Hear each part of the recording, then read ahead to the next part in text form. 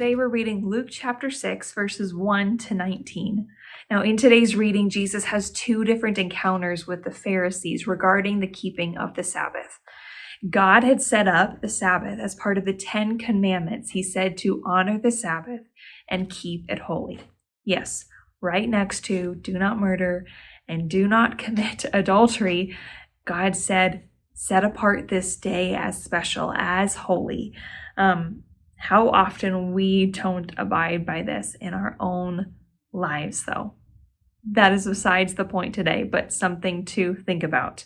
Anyways, God had set this day up, thousands of years prior to honor God by resting, not working, and filling up from Him and His strength alone. It's a way for us to show our complete dependence upon God. Fast forward to where we find ourselves today.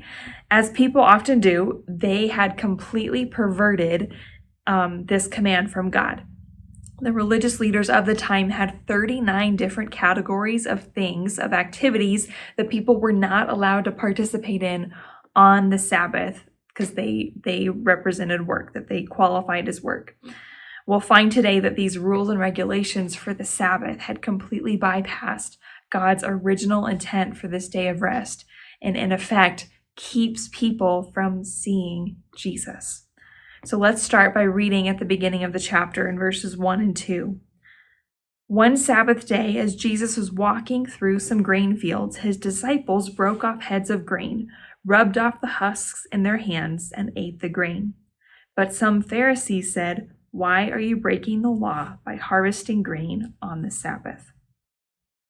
This activity was obviously part of one of those categories that the law forbid to participate in on the Sabbath. And these religious leaders notice that Jesus and his disciples aren't abiding by it. Jesus responds to the religious leaders and basically says, if you're taking issue with what we're doing today, you have to take fault and issue with what King David did when out of necessity, he and his companions ate some of the sacred bread of the presence that only the priests were supposed to eat. In a sense, he is saying human need is more important than human regulations and rules. He then concludes by saying in verse 5, the Son of Man is Lord even over the Sabbath. The Son of Man is Lord. He has authority over, he has control over the Sabbath. Humans do not have the authority. Let's jump into the second encounter with the Pharisees, starting in verse 6. On another Sabbath day, a man with a deformed right hand was in the synagogue while Jesus was teaching. The teachers of religious law and the Pharisees watched Jesus closely. If he healed the man's hand, they planned to accuse him of working on the Sabbath. But Jesus knew their thoughts. He said to the man with the deformed hand, "Come and stand in front of everyone." So the man came forward.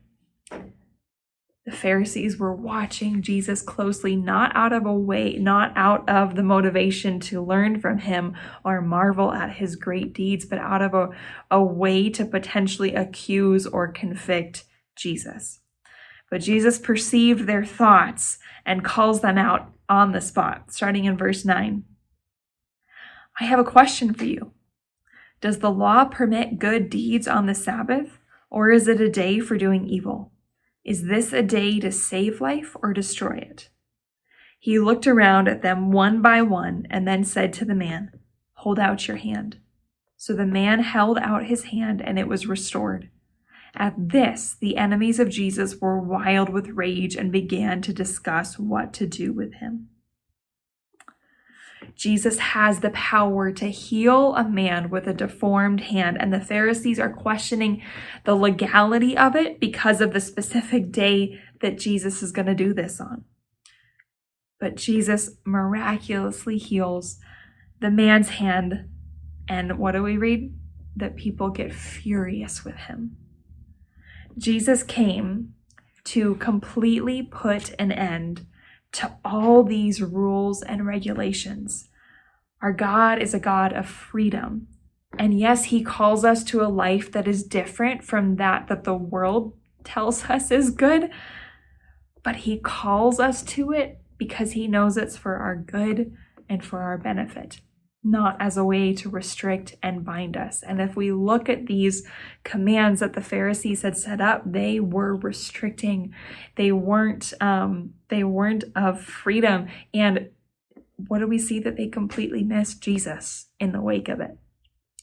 So today, I encourage us all to, first of all, take some time to thank God for the freedom that we have in Jesus. And then ask him to help us fix our eyes on him so that we don't miss him, because how often we do. We put our own rules and regulations up, and our hearts, and I'm speaking for myself right now, our hearts can get hard and we miss who Jesus is because of it. But if we fix our eyes on him and get to know him deeper and more fully, then we'll see who he really is and know the life of freedom that he calls us to. That is good news today, friends. I hope that you have a great rest of your day, and I'll see you next time.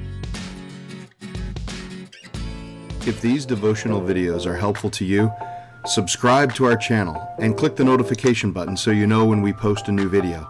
And of course, please share them with others.